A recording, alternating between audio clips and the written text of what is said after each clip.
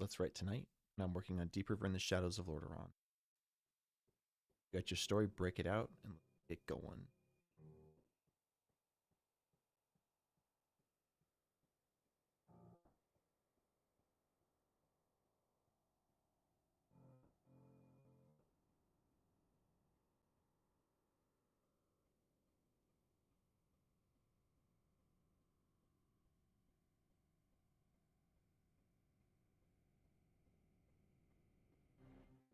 Quick audio check. All right, we're good.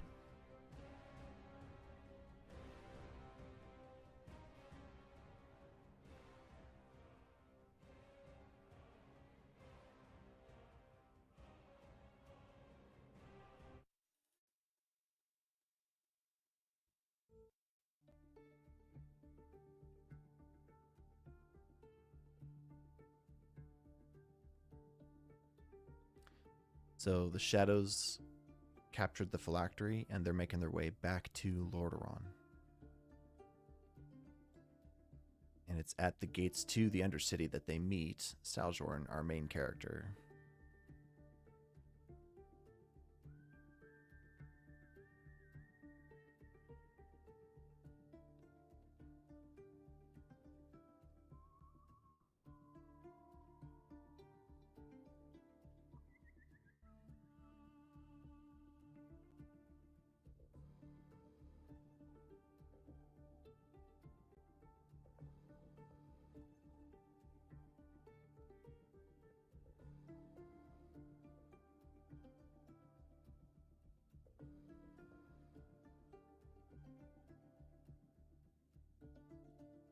I've broken this up into different scenes in the same chapter.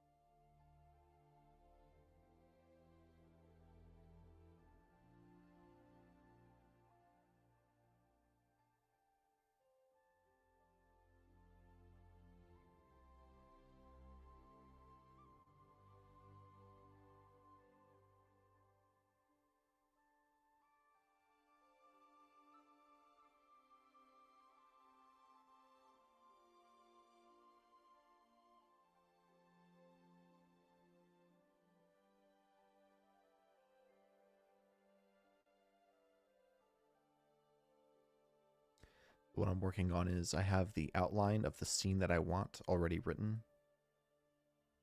And now I'm just adapting that into a little bit of a broader outline of everything I've written so far. It really is just an outline.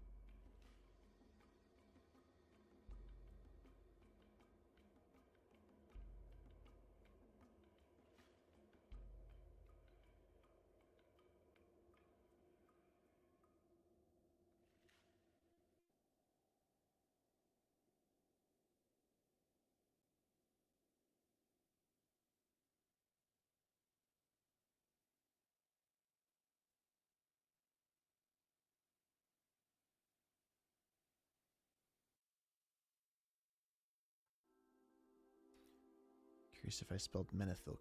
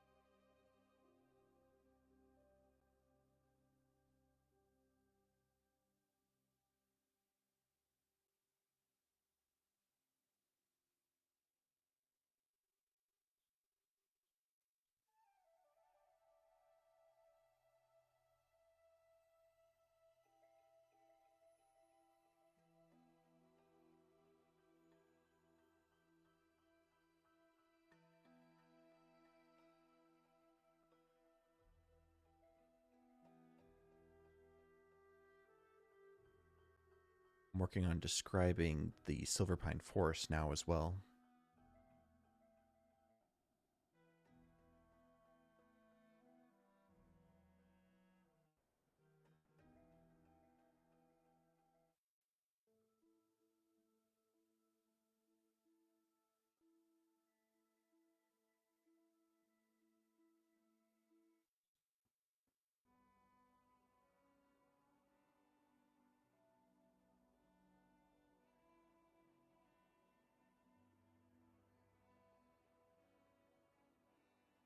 We're at 30,286 words.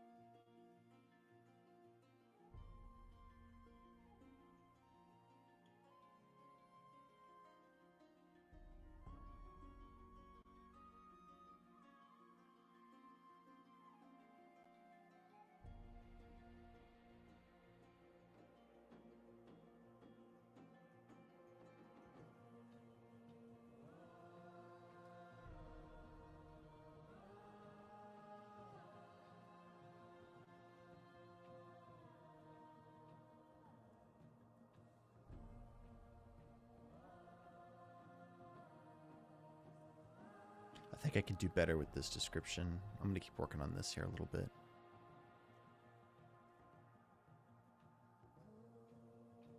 I want it to sound like each rock that the wagon hit should have stopped the wagon, but it just keeps going.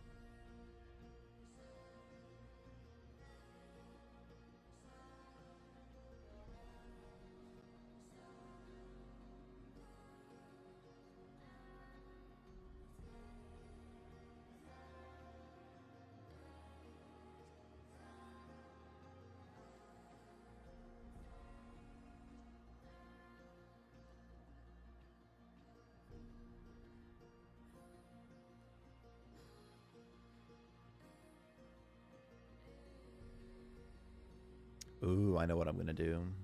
It's not being drawn by a horse, it's being drawn by an Etten.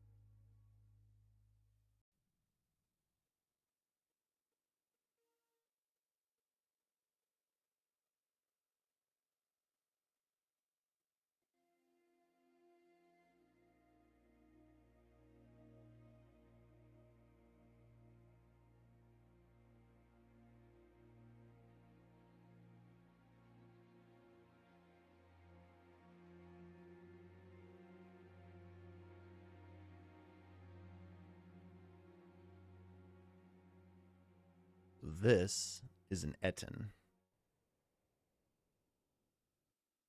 It's basically a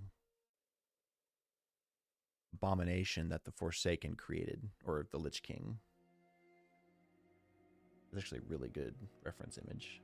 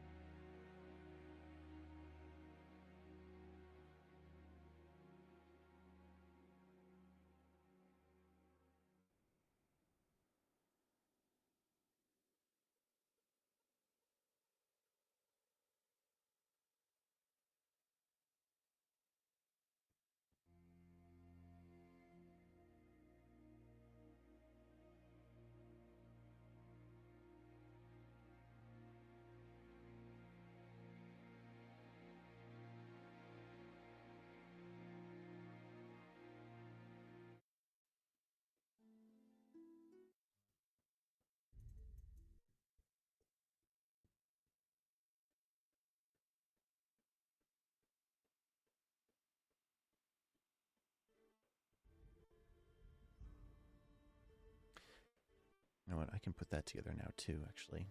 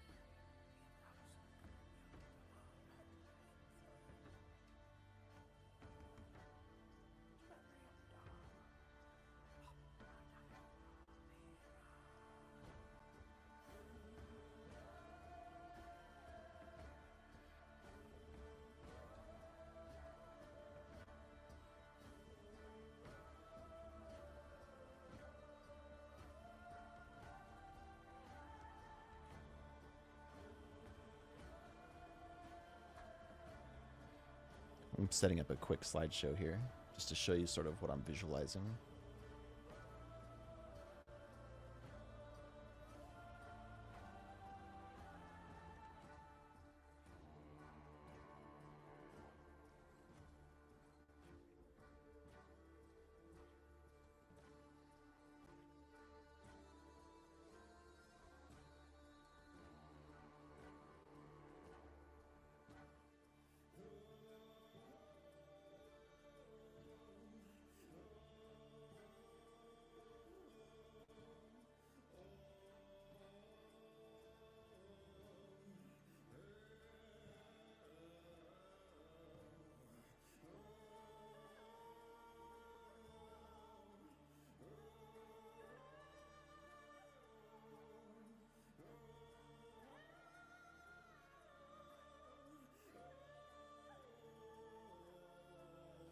Getting a few more images here.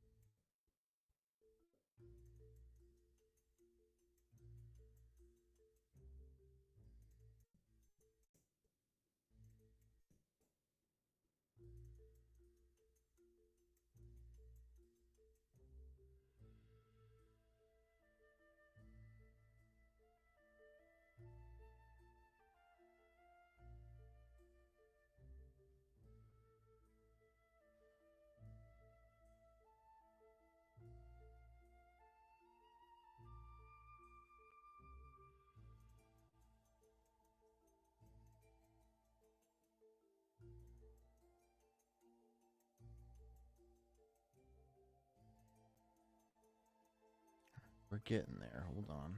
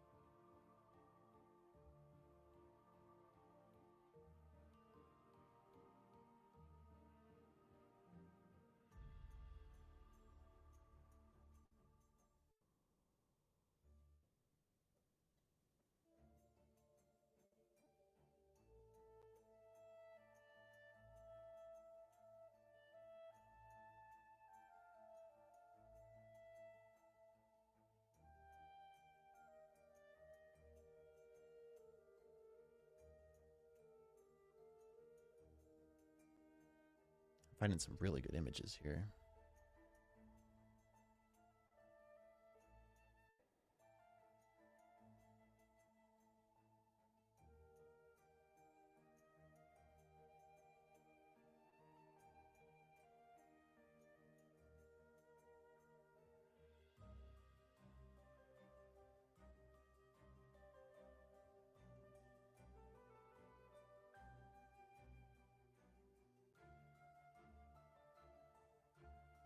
Let me try with what I got.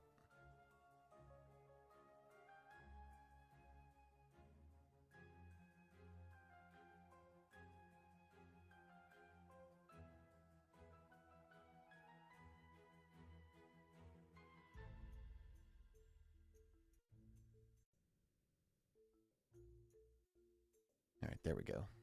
Now you can see what I'm actually working with here in my mind.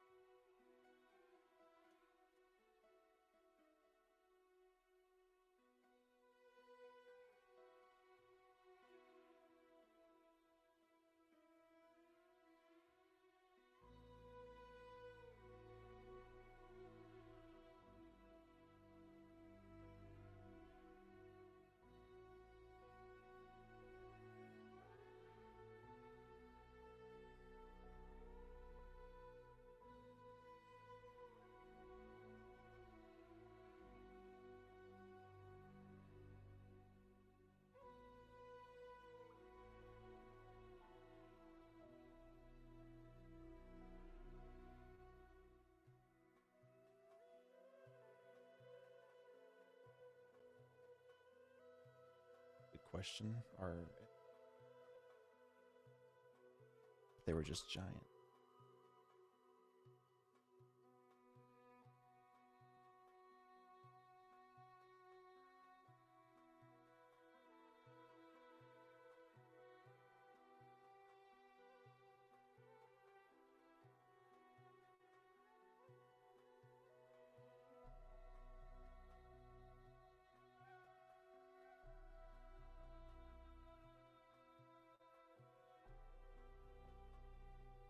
Just two-headed mountain giants.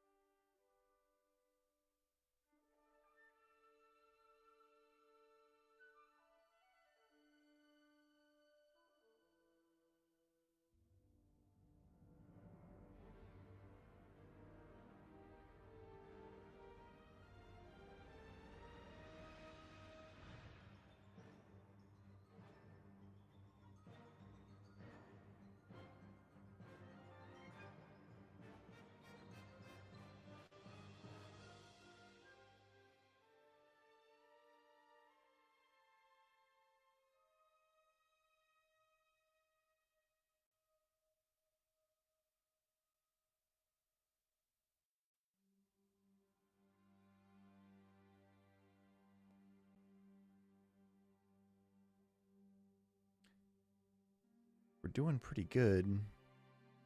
This is an entirely different scene, so I'm having to put it together in my mind exactly what's going on here.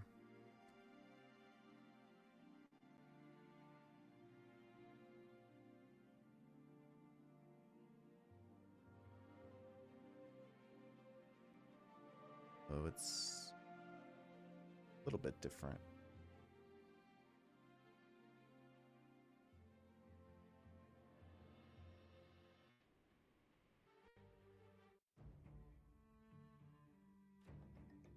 So what I've got now is we left the Shadows as they were leaving the Shadowfang Keep. And now we're catching up with them halfway through their journey back to Lordaeron. And they are escorting a wagon which is being drawn by a subjugated Etten, a two-headed mountain giant. If you've played World of Warcraft, you know that this is actually referencing an in-game sort of NPC taxi that players can like jump on for transport. So the giant is escorting them. We're going to get some interaction from the Shadows, fleshing out a little bit more of their character, a little bit more of their wants and motivations. We're going to meet a new member of the Shadows, a Dark Ranger whom I don't have a name for yet. I might need your help tomorrow giving her a name. So we meet the Dark Ranger and Zeko. They excuse themselves from the group, and Killingfield is summoned by the Dark Ranger to go meet with the High Council because he's going to go get a verbal ass chewing by them. That leaves Josrea and Burldum to continue with their journey with the wagon to Lordaeron. Oh, and Bo. And once we're done with that scene where they arrive at Lordaeron and are split up into their different sort of mini tasks, that's when we're going to see Sal'journ pull up, spot them entering the city along with the other Forsaken that are just wandering around the area. And he's going to enter the city also. And right now I have that his motivation is that he's looking for transportation back home to Thunderbluff. But I don't necessarily like that because throughout the story, one of the key items that Sal'journ carries for a good portion of the story is his Hearthstone that his mom gave to him. Or I should say gave to his brother. He can use the Hearthstone at any time to teleport home. That's introduced in the prologue.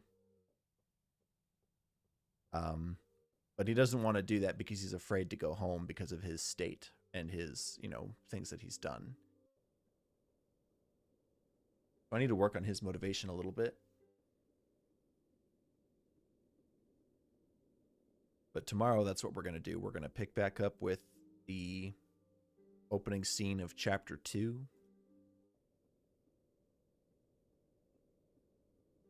And yeah, making good progress. Well, I appreciate you all joining me tonight.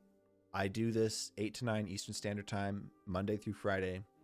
And what I'm doing is I'm taking a idea and turning it into a manuscript. And eventually I'll have it edited, and I'm going to work towards getting this actually published. Once it's published, I'll then adapt it to a script and a screenplay. And the goal is to push to have it picked up by a production studio, or maybe I'll just do it myself with Kickstarter. And get this into a 2D animated short series for a streaming platform.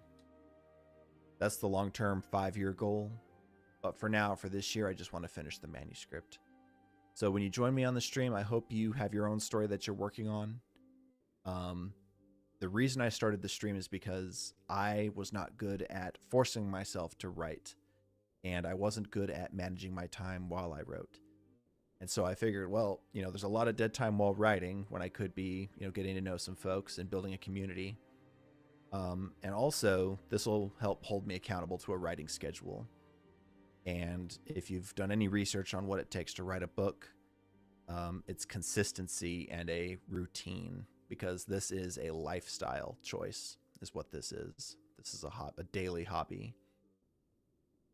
So yeah, some days I type a lot, some days I don't. Some days I delete more than I write. but that's just part of the process.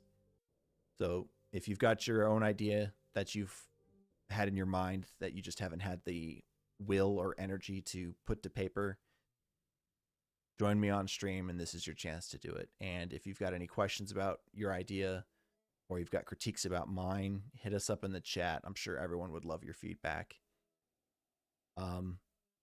Yeah, and if you want to support the stream, I've got my coffee link there on the stream there. I haven't mentioned this before, but on each of the thumbnails for my videos, the title "Let's Write Tonight" also says "in association with Of People." And I've never explained what Of People is before, but I suppose I can take a minute now to do that. Of People is a nonprofit that I intend on starting. We've got a lot of side projects. But it's occurred to me that with ChatGPT and Midjourney and all these other systems and AI software that are coming out where it kind of just takes the user's prompt and generates its AI idea of what the prompter is asking for, right? A big part of me is worried that in the coming, let's say in the next 3 to 4 years, you're going to see entire movies that are voiced, screenplayed, top to bottom, an AI project. Every voice will be an AI voice. Every image will be generated by AI. The story itself will be AI. And if that's profitable, you could see movie production studios moving away from having people involved in the artistic process of putting these stories together and just replacing them completely with AI. And while that's happening simultaneously, there's going to be a demand for human creations, man-made art and literature. If for no other reason than they want an authentic art piece that had real intent behind its creation and not simply a profit-driven decision by a board of executives and a small team of AI prompt specialists. And so the purpose of People is to try to represent and promote man-made art and literature that's digital, right? And so it's, you might think of it as like organic, with like an official stamp of this has been certified through our observation that it was created through the use of human talent and energy and time and not an AI prompt. And I think that that's going to be increasingly important as time goes on. So over the weekends, that's what I'm doing is I'm slowly laying the groundwork to establish this nonprofit 501c3. And eventually it'll get to the point where I'm looking at trying to push this idea out there because it may not be important now. It's getting harder, but you can still tell when something's AI created, but it's getting harder and it's going to get more difficult exponentially as the software gets better. And the AI involved gets more complicated. So that's what Of People is. And so if you've got any interest in that, obviously hit me up in the chat. One of the difficulties I'm having with putting that together is coming up with a method for determining whether or not a piece of artwork, let's just take music, literature, videography, let's just take all of it and just put it into one category, artwork. What's the method by which that artwork will be vetted to make sure that it's created by a person and not an AI? And once you've done that, autocorrect on Word is technically kind of like AI, it's automated. Does that count? And so there's got to be these lines in the sand drawn in terms of like what's acceptable AI, use of AI. You've got non-value add tasks, like managing Excel spreadsheets, that AI can do, and you really can't fault the person for using it. But if you're going to the AI for an idea, or you're going to the AI to take on a persona and to react to a situation, and then you copy and paste what the AI generated for you, there's a degree of what I would consider plagiarism at work here. So that's the purpose of people. If you'd like to know more, hit me up in the comments. I'd love your feedback. I think it's one of those ideas that it's a little ahead of its time, but it's also going to become a very important part of our daily lives, especially as we become more and more saturated with AI created content. So yeah, I appreciate you all joining me tonight, and I hope to see you tomorrow at 8 o'clock. Bye-bye.